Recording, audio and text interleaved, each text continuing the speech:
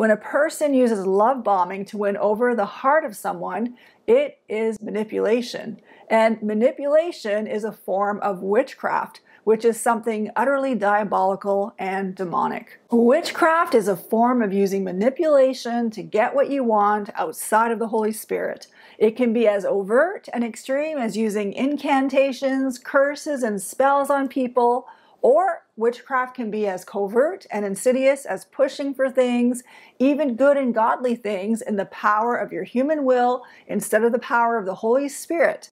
In this video, I'm going to talk about the diabolicalness of love bombing and the deep, insidious layers of damage that love bombing causes, and what the Bible says about how to make yourself immune to love bombing.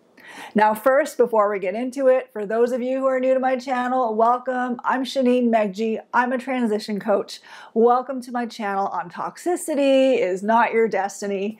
My mission is to help people navigate toxic relationships in their lives from a biblical, practical, and spiritual perspective.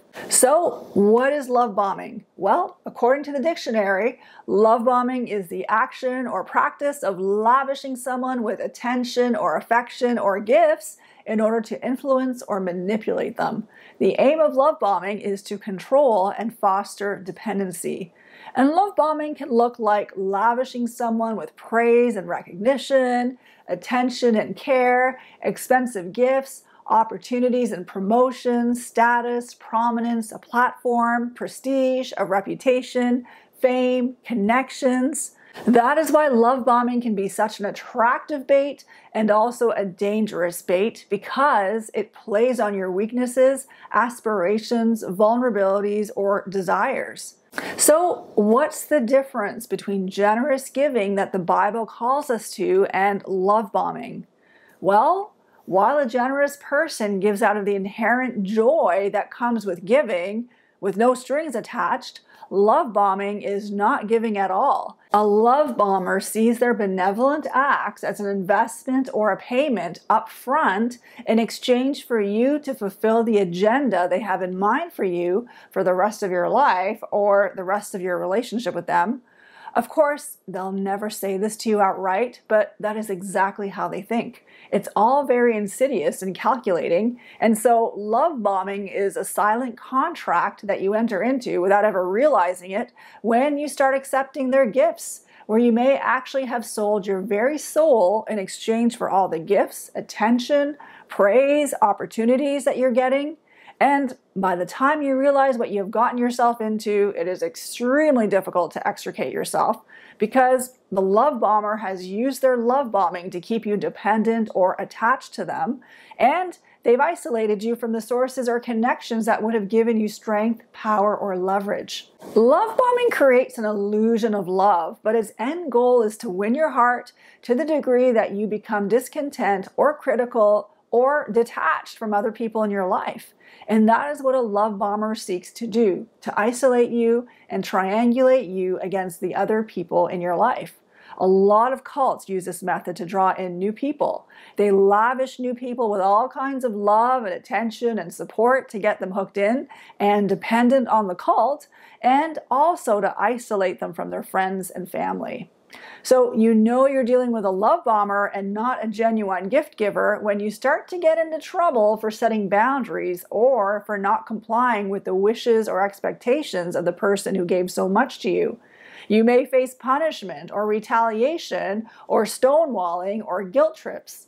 Love bombing is an unspoken bribe. You just don't know you're being bribed until all hell breaks loose when you breach the unspoken agreement that was in the other party's head.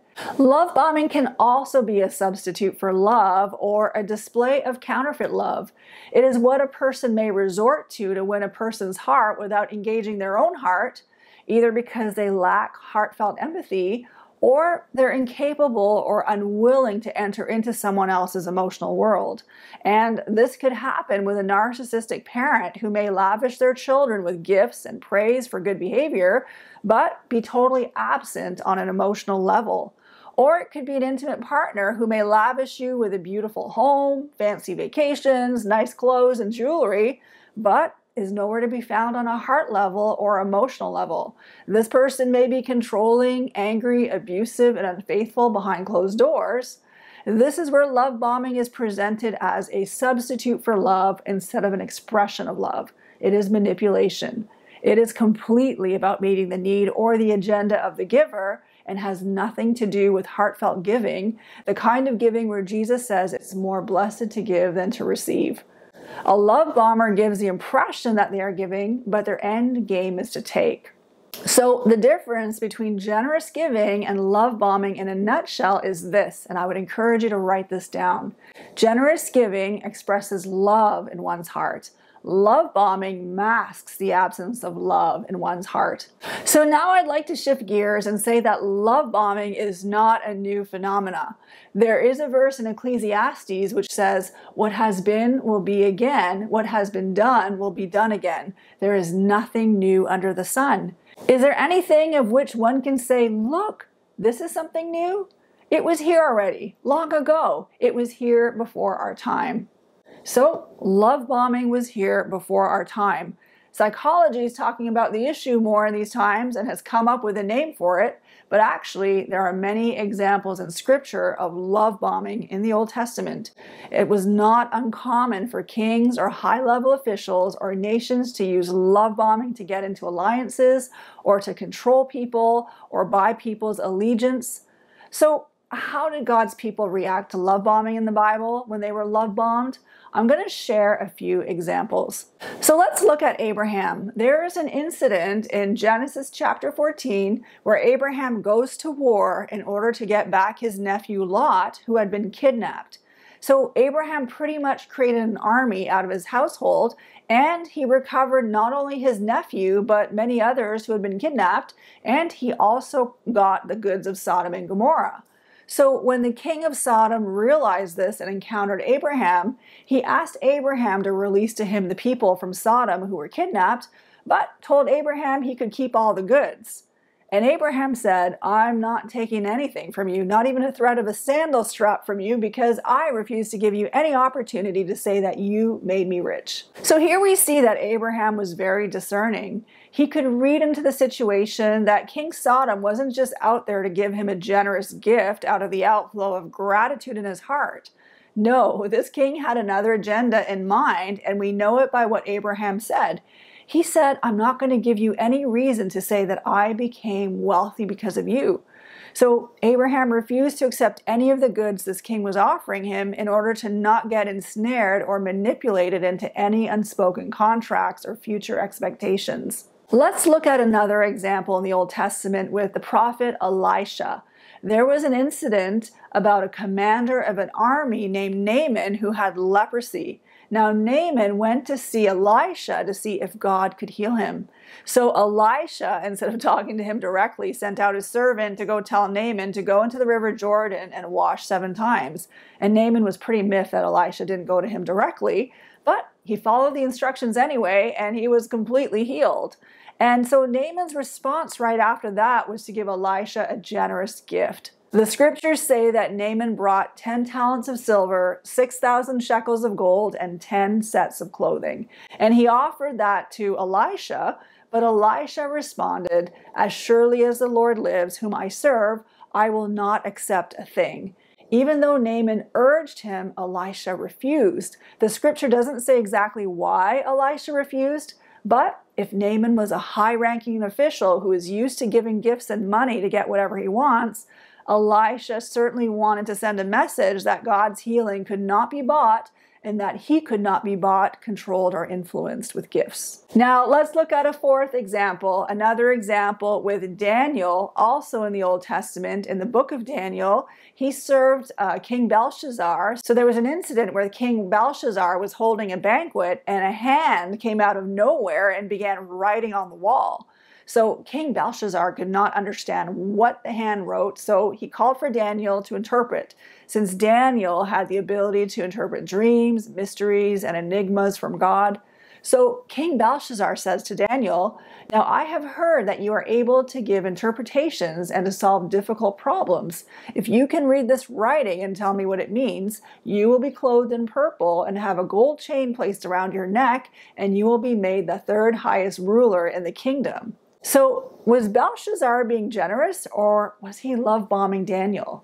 Was he using the love bombing to influence Daniel to give him a favorable interpretation of the writing on the wall? Well, Daniel's response to the king was very telling. He said to him, "You may keep your gifts for yourself and give your rewards to someone else. Nevertheless, I will read the writing for the king and tell him what it means." So even here, Daniel's refusal of the gifts was a message to the king that he nor God could not be bought, controlled, or influenced with gifts, honor, or prestige. So what I shared are some examples of how some of God's people handled being love bombed by rich and powerful rulers. They refused the love bombing outright because they understood that to accept the gifts was to open themselves up to being controlled, manipulated, or influenced by the rulers, and they wanted to keep their allegiance strictly with God. My heart in creating this video is to help you to become more discerning of love bombers, but not suspicious of people who are generous.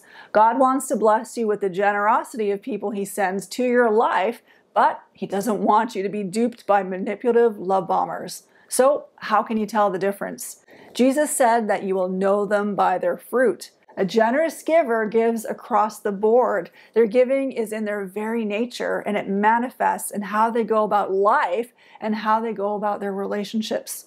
A love bomber, on the other hand, doesn't give across the board. They target certain people to give to in order to get a certain outcome. Sometimes a love bomber will give also because that is their go-to way of gaining favor with people and a way to create rapport without actually engaging their heart in the relationship, because love for them doesn't factor into the equation. Giving is a transaction or a bribe. On the other hand, sometimes a love bomber will give generously and maybe even resentfully across the board because that is the only way they know how to get people to like them.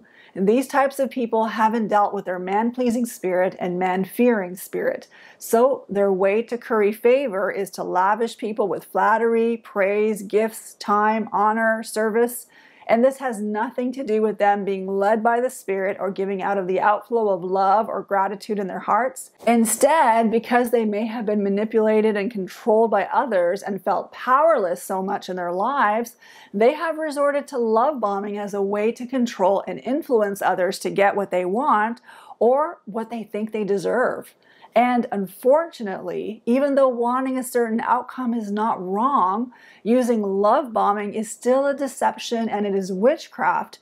It's witchcraft because you're not going to God in prayer and trusting Him to establish you. If you're not able to tell if someone is love bombing or giving generously by looking at fruit, one of the things you can do is test the waters. Set a boundary or limit with this person after they give to you. If they get upset or furious or enraged or retaliate or get up in arms, then you know there was love bombing involved. This person had strings attached to their generous giving. Someone who is giving with no strings attached will still respect your boundaries and your autonomy even while they are giving to you generously. So how can you become immune to love bombing? Here are 5 ways. Number 1, make sure you are getting your needs and wants met through other sources so that you do not need this person or what they have to offer, because love bombing, as I mentioned, is another person's tactic to get a need or agenda met at your expense that ends up enslaving you or trapping you somehow. Let your trust be in God to give you favor, money, status, promotion, and not rely on someone else, unless, of course, God is using that person to give you those things. And in that case, that person would be acting in that way out of their love and obedience to God, and not to manipulate you to do something that they want for themselves. Have you ever heard the advice not to go buy groceries while you are hungry? Otherwise, you'll buy more than you need. Well, there's a principle there for life. Don't allow yourself to go through life in a state of being hungry, in a state where you have needs that are unfulfilled, Otherwise, it will cost you. There is a proverb that says, when you sit down to eat with a ruler, consider carefully what is before you, and put a knife to your throat if you are a man given to appetite. Do not desire his delicacies, for they are deceptive food. This proverb explains the trap of being given into love bombing. Do your best to feed yourself and pursue God to satisfy all your appetite so that you are a cup that is full and overflowing as you go about life. This might mean going for inner healing so that you do not have wounds that a love bomber can exploit. When you do this, you're much less vulnerable to another person's love bombing. You are secure, you are satisfied, and all this means that you are strong enough to say no and do without their gifts and favors. Like Daniel, you're able to say to a king, keep your gifts or give them to someone else. I don't need them. Number 2, ensure that your love for God exceeds your love for money and the things money can buy. Number 3, as I mentioned, go for as much inner healing as possible so that you do not have any wounds that a love bomber can exploit. When you are healed, you have less hooks for demons to latch onto. Jesus said to his disciples, I will no longer talk much with you, for the ruler of this world is coming, and he has nothing in me. Seek to be able to say like Jesus, the devil has nothing in me. Number 4, put your trust in God that he can establish you more than any person. The Bible says there is no one on earth who can raise up another to grant honor, not from the east or the west, not from the desert. There is no one. God is the only one. God is the only judge. He is the only one who can ruin or redeem a man. Don't believe the lie that some powerful, influential, well-known, or rich person holds the strings over your life. Be like King David, who said, the Lord is my light and my salvation. Whom shall I fear? The Lord is the strength of my life. Of whom shall I be afraid? Number 5, trust in God to provide for you. He will honor you and look after you, especially for having the courage to refuse the bribe of the love bomber. The Bible says, but blessed is the one who trusts in the Lord, whose confidence is in him. They will be like a tree planted by the water that sends out its roots by the stream. It does not fear when heat comes. Its leaves are always green. It has no worries in a year of drought and never fails to bear fruit. Even if everything is stripped away from you because you resisted the love bomber and you are in a season of drought in your life, even in that space, God will provide for you and make it so that you are like a tree planted by streams of water, even though it is a desert. I want to encourage you that it is not God's will for you to sell your soul to someone else or to an entity or a group or an organization in order to meet your goals, realize your aspirations, or to get your needs or wants met. That is bondage, my friend. God's heart is for your freedom. That is why Jesus came to the earth and died on the cross for all of humanity. The Bible says it is for freedom that Christ has set us free. Stand firm then and do not let yourselves be burdened again by a yoke of slavery. There is another way to have your needs met and even enjoy riches and blessings without having to compromise, and that is by trusting in the Lord to care for you and lead you into your purpose in life. So I hope this video was helpful. If you are thinking of leaving or have left a toxic environment and you're in a season of transition, check out a free training I have put together. It is all about 3 key ways to navigate a transition. These are things that brought a massive breakthrough in my life when I was going through a difficult transition. I have included the link in the description box below. If you would like to see more content from me and have not subscribed yet, click that subscribe button and click the bell so that you can get all the alerts, because I will be posting a video on a regular basis to empower you in navigating toxic relationships in your life.